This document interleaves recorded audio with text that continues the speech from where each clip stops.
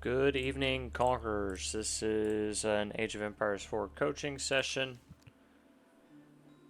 Just have a Reddit post from our friend Wind here, is how I assume you say your name. He says he's pretty new to the game, so just looking for some general coaching tips on, the basics of the game, so we're not going to go into anything too crazy here. He's been playing some ranked matches. So he's a silver one right now. Some ranked matches, some skirmish matches. So you've only played 12 ranked games, so it's going to take you a while to kind of figure out what rank you actually are. Like you might drop to bronze, depends how many games you end up playing. I mean, you might really need 50 games, 100 games, kind of figure out where you are and rank wise, especially since you're just now learning the game, so you're going to get better and better as time goes. The main thing is just sticking with it. You don't have to do anything crazy and grind all the time, but just have fun while you're playing the game. You'll learn and get better at the same time. So we're just going to look at one of these two ranked games that he played. He's been playing some English. Said he started Byzantine at first, but that was very difficult. And I agree. I think English is probably one of the best beginner civs here. If you were looking at English, French, or I would even say HRE, they're all pretty basic standard civs. So we'll take a look at this replay here, and I like looking at the video and thinking about key takeaways. So what are some key takeaways that we can do to make your game better? And we want to, since you're silver, we kind of want to take everything with a grain of salt here. Like I might point out a lot of different things, but I know you're learning the game. You're not going to catch on to every tip at the same time. Generally, the key takeaways that I put out here, I'd just like you to kind of think about and, try to take one of them, start working on that for the next 5 to 10 games, then take another one, work on it for the next 5 to 10 games, and then you kind of slowly get better as time goes on, because I don't know how much RTS experience you even have, so a lot of it's just getting used to, if you've played a decent amount of real-time strategy, you kind of know what you need to do, and kind of having that experience helps a lot. So we're gonna go 2-speed here, and I see you've looked at someone's build order before, because you know to build, you built some farms out there. Yeah, I mean, general best practice. And you've got a little build order here going, which I like, but you always kind of want to make sure your villagers are working, and you don't want any villager idle time, which in game we normally break that down to, when people talk about villager idle time, I'm going to pause for just 1 second here. It's any time spent not working. That might be building a building, that might be your villager walking to the resources, that might be your villager standing in the same spot and doing absolutely nothing. And when your villagers become idle, there's a little button over here, and it'll show you where they're idle, and you can click it, and it'll take you to those villagers. So that's just always something you want to keep an eye on. And we always want our town center producing villagers, regardless of the point in time we are in the game. And I think you're doing a pretty good job of that, being a new player, but town center always makes villagers. So you probably haven't played a lot of water maps. That's totally fine. You're a new player. I think this build's totally fine for you to do, even if you're on a water map, just because you're learning. But a lot of the time, strategy-wise, if you're playing a water map, and again, you can look this up on YouTube and find a build from one of the players much better than I, but a lot of the time you're going to start with 5 villagers on wood, and because you start with 6 villagers, right? So you'll have 5 villagers on wood, and you'll use 1 villager to go build a dock, so you can make fishing ships and those 5 villagers getting wood allow you to constantly produce fishing ships. So again, we kind of always want to keep an eye on our town center, make sure we're always producing villagers, make sure we keep an eye on our idle villager button. And again, being a new player, I think you do a pretty good job of that.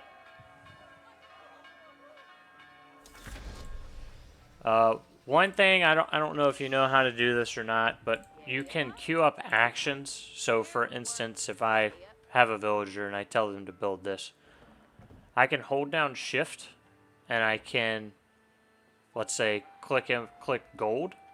And after he finishes building the building, he will immediately go to the resource. You could do that with wood here, berries. You could have him build another building.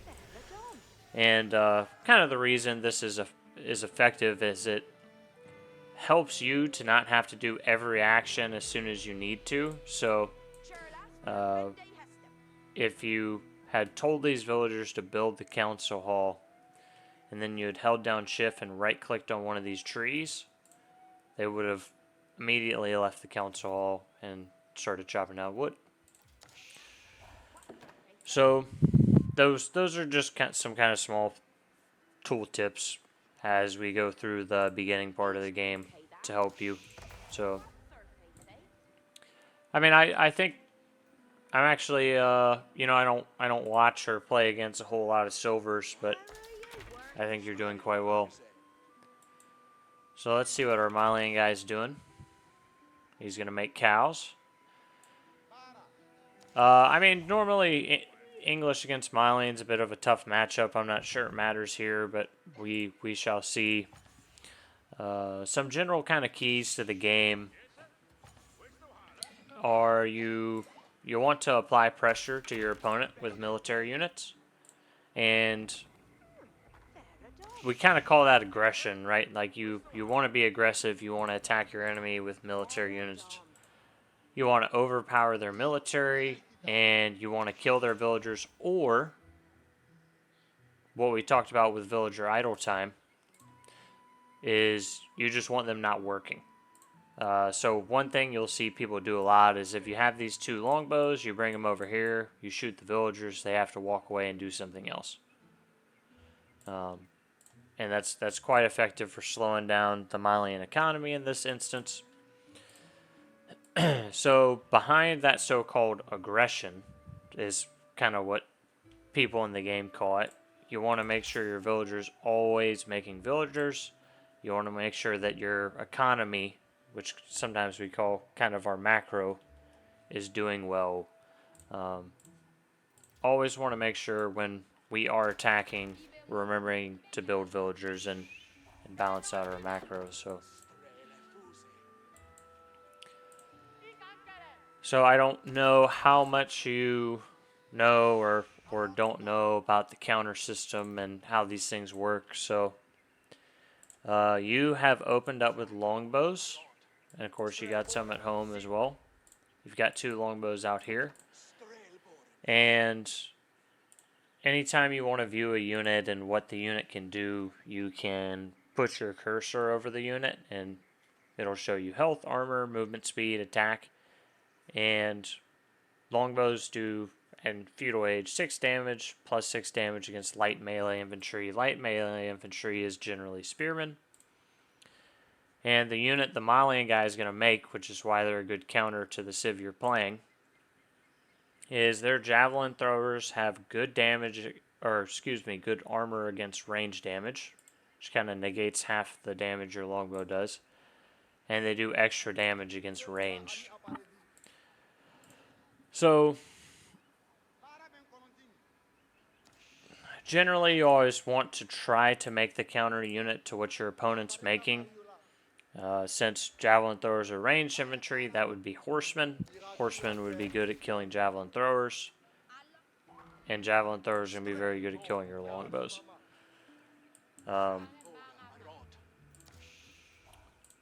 He did go into double archer range, so yeah, just I think a small tip is, and again, this is probably a bit hard for you to do at this point, but if you get units over to the opponent's base, you can, while staying outside of the TC radius that will shoot you, you should try to walk these units around and check the resources to see if they're villagers. And if there are enemy villagers there, just try to shoot a couple of them, move them off the resource, and then move to each of the enemy's resource. That might be their gold, gold again, their wood line. You come around the back of the wood line to the deer berries to see if they've moved to those.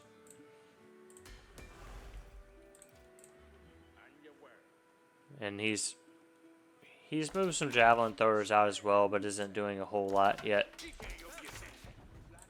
You've gotten your wheelbarrow and horticulture and double broadaxe, which are all great upgrades. You've got your blacksmith up. If you're making range units, as you are, steeled arrow is always a kind of a must-get upgrade.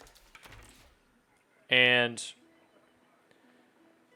you generally kind of want to get your blacksmith upgrades based on what you're going up against. So if you see this guy's dropped archery ranges, you probably want to get the +1 ranged armor as well before you get anything melee. Excuse me, melee-wise.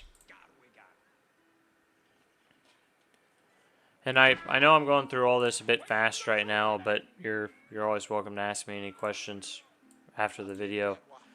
So he's kind of doing over here what I would like to see you have done to his gold mine. He's just going to hit a couple villagers. That's going to make you pull your villagers off, and it's a good move by him. You've actually, you know, he has a counter unit to your longbows, but you've got enough longbows here that you can kill him. And the spears can kind of take up some of this damage from the javelin throwers, so I think you've got the units to push here. Unfortunately, he's going to get an outpost up. And real-time strategy is all about multitasking. So at the same time you're pushing and attacking, you'll want to be clicking this idle villager button and saying, how do I get these guys to work? Another small thing, just anytime you're producing villagers, you should have this TC rally point. I mean, if you're playing English, you're new to the game, after you get kind of through your first build order of getting to feudal, just rally villagers out to the trees. Just rally them to the wood line. Then you kind of don't have to think about each villager that comes out assigning them to a specific job. You just rally them to the wood line. They're woodcutters. Later on, if you're piling up wood and you need food, you can take some guys off, go build a mill and farms with them. That's generally how I do it when I play English. So I'll let this play through while we watch some fighting here. Yeah, I want to make sure we're hitting the low HP units. Want to get our spears in there. Again, these javelin throwers counter longbows, so they're gonna deal pretty effectively with your longbows here. As we see, he's kind of hits your mass down.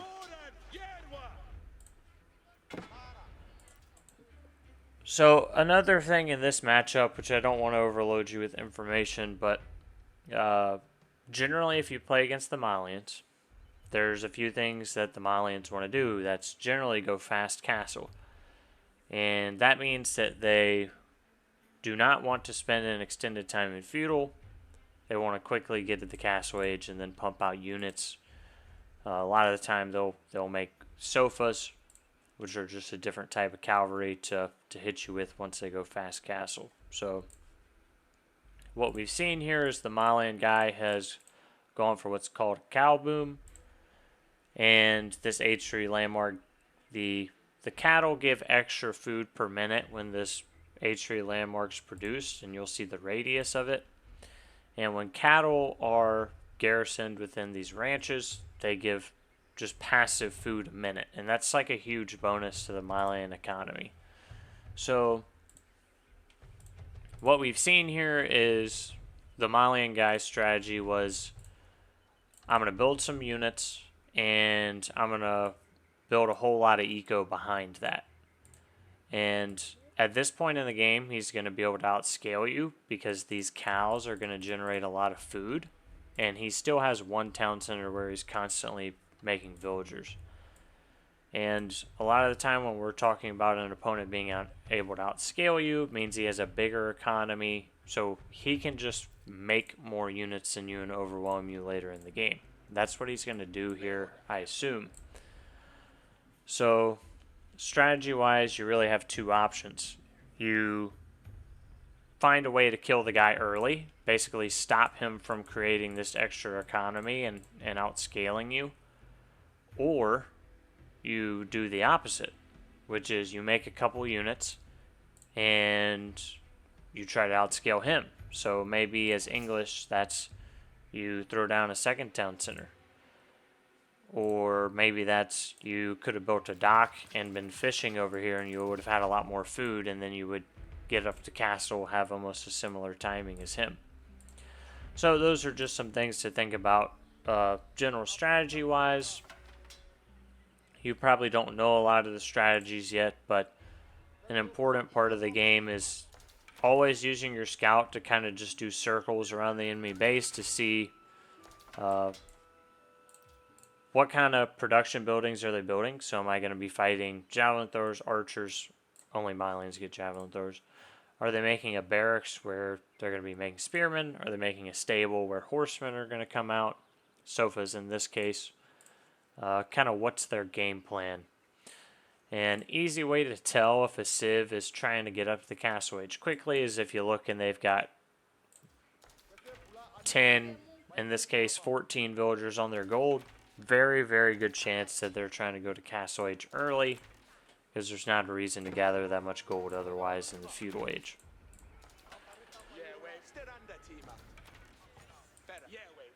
So I think you could probably take this right now just because you have a lot of spearmen. But again, he's kind of making javelin throwers, which are just a counter to your longbows. And he's going to start making sofa, which is a good thing you'll have spearmen. But your longbows aren't really going to be effective. You know, kind of the general English thing is, yeah, I make spearmen and longbows. But in this matchup, when he's making javelin throwers and he's going to make sofas, the longbows aren't really good against any of these units. The longbows would be very good against killing his villagers. So, yeah, I'd like to see you try to pick off some villagers here with the longbows. When we're thinking about aggression, here come the sofas, so you need your spearmen there. It's a nice ram to start breaking down the production. And when we see he just starts sending sofas behind the lines like this, smart thing to do, you have some spearmen home, so that's good. Just keep a few spearmen home to protect your economy. Again, longbows, not a great choice to fight the sofas. Spearmen, very well suited to do so.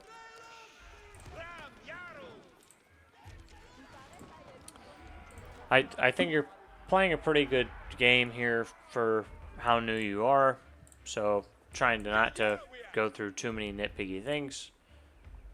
I would love to know. You have no scout right now, so let me go into caster mode.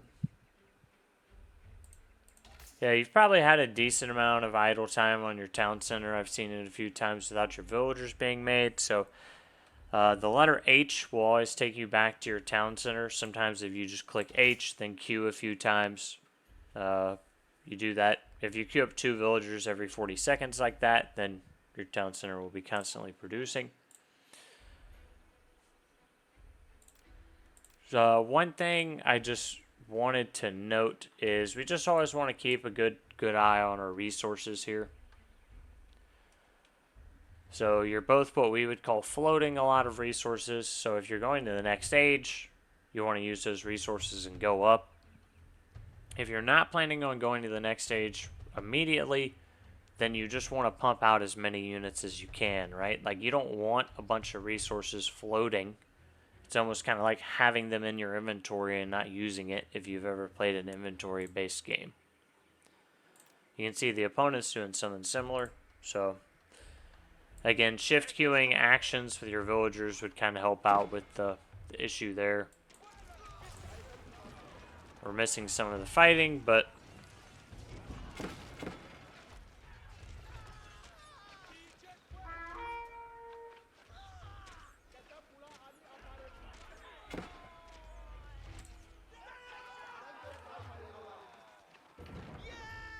Yeah, we'll go through this part fast. I'm not gonna have a whole lot to say about the back and forth fighting. I mean, I think he's got you at this point in the game, and the reason I think that is, he's got a better economy than you. He's got more villagers, but he's also got the cows, which gives him a lot of food. He's got pit mines, which give passive gold for Malian, and he's making counter units. So he's got units to counter your longbows, which is kind of the backbone of your army right now. And you don't really have an answer for that.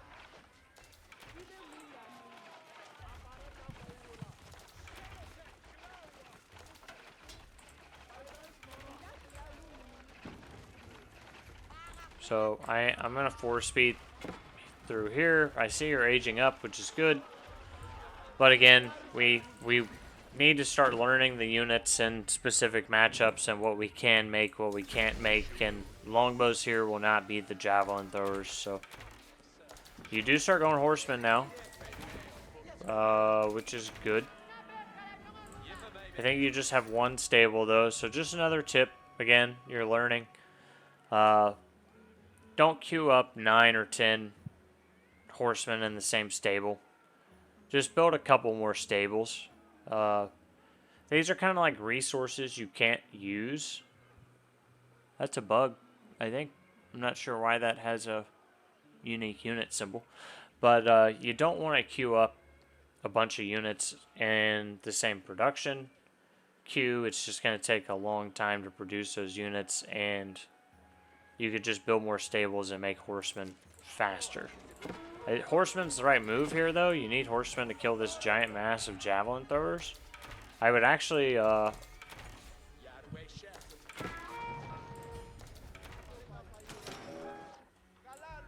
something I always tell people also, once you're at this point in the game, throwing up some palisades on the side so horsemen can't run past, sofas in this case, can't run past in your economy and attack you is a good idea.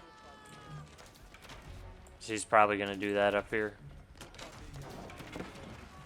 So again, he's got the javelin thrower mass, so he can just beat your longbows. That's going to be easy for him to do. He's just making more and more javelins.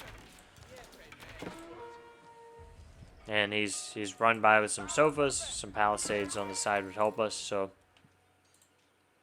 again, I don't want to overload you with information, so I'm going to stop here. I'll put some key takeaways in the description of the video. Things you did well. I mean, I think for a new player, your build order at the beginning was pretty solid. You might want to work in, like, hey, I have a build order for a water map. This is my build order. Again, you can find those on YouTube from players much better than me. And, hey, if I'm on a pure land map, this is my build order. But I think you did a good general job with that. One thing you always want to work on, and this isn't just for new players, this is for players as me, my level as well, is just villager efficiency. We want to be as efficient with our villagers as possible. It's even more important in the early game to do so because you don't have as many to kind of cover up your mistakes. So we always want to make sure that we... Sorry, I was looking. It said you had a guy garrisoned, but I can't see him. So we always want to make sure that our villagers are working. We don't want them walking around long distances. We don't want them standing there with the Z's going over their head because they're idle.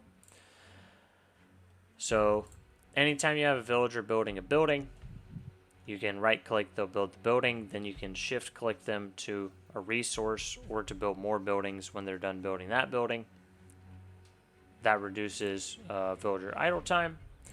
Want to make sure our town center is not rallied out to kind of no man's land here. We always want to rally the town center to resources.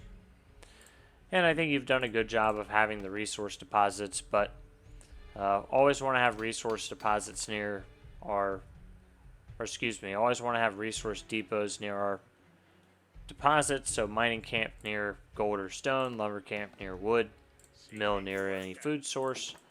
And anytime you can put a new lumber camp in, you should probably do that to reduce walking time. As far as general strategy goes, there's probably two key takeaways I have for you, which is, and you'll learn a lot of this as you play the game, but one is you always want to play the counter system. And if you don't know what unit the enemy is making and what that does, you can click on the unit and put your cursor over them, and under attack, you'll see that javelin thrower is +8 ranged, so your damage against ranged units is what that means. So you can say, hey, these guys are pretty good against ranged. If he's making a lot of these, I can transition into horseman faster, even though horseman's not really a normal English thing. And again, with sofas, you can see every unit has a classification. These are heavy melee infantry, so in this case for English, the only thing that's really good against heavy units is crossbows, and since these are cavalry, spearmen are also pretty good against them. So we just always want to make sure we're using the counter system.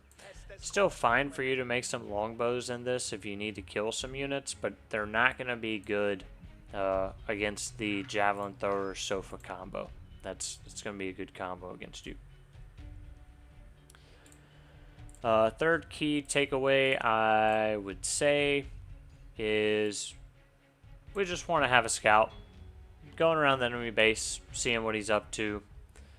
If he's got a bunch of guys on gold, probably going fast castle. If he's, and this is different than what Malian would do, but if he's building a second town center, you know he'll be in feudal a bit longer, also probably make some units. If you see him making a dock, you know he's going to have a lot of extra food from fish. Most of the time when you play against Malian, you're going to see them making these cows, these cattle ranches, so anything you can do to kind of slow that down. You get a couple longbows, you shoot the gold villagers, get a couple longbows, you shoot the woodline. Kind of anything you can do to throw your opponent off their normal routine or build order is what you want to do. And I think you did have a chance to do that with this guy earlier. He's obviously going to beat you now. But I think you had some chance to apply some pressure early on that gold mine that you weren't quite able to capitalize on, and the game might have gone a bit differently there. So probably last key takeaway, and again, it's more of a strategy pointer, I suppose, is we always kind of want to think about scalability. And if we look at economy right now, if he's got 11 more villagers than you, and that's not even counting the cows, long term he can kind of take the game over. Even if he was throwing these units in the White Tower and the White Tower's killing every single one of them, he's got the ability to make more. You know, it's like human wave tactics of just sending the troops in over and over. They can eventually wear you down and overwhelm you. So always two options in the game, which is if we see our enemy outscaling us economically, we can go what's called all in, which is make as many units as we can and try to break through their base and win the game. Or we also try to build more economy units. So if you had seen, and I'm not saying necessarily do this, but if you, it's kind of a your call thing. If you saw that your opponent was going to make more economy, maybe you were playing an English mirror and your guy went second town center, you could say, well, I can build a second town center and match him in eco-wise, or I can build, 50 longbows and go on his base and try to just kill him because he spent resources on a second town center making more villagers than me. So those are just some key takeaways. I'll leave them in the description of the video. I know you're new. I hope you continue to keep playing and enjoying it. And if you have any questions for me, just feel free to let me know. Thanks for watching, y'all.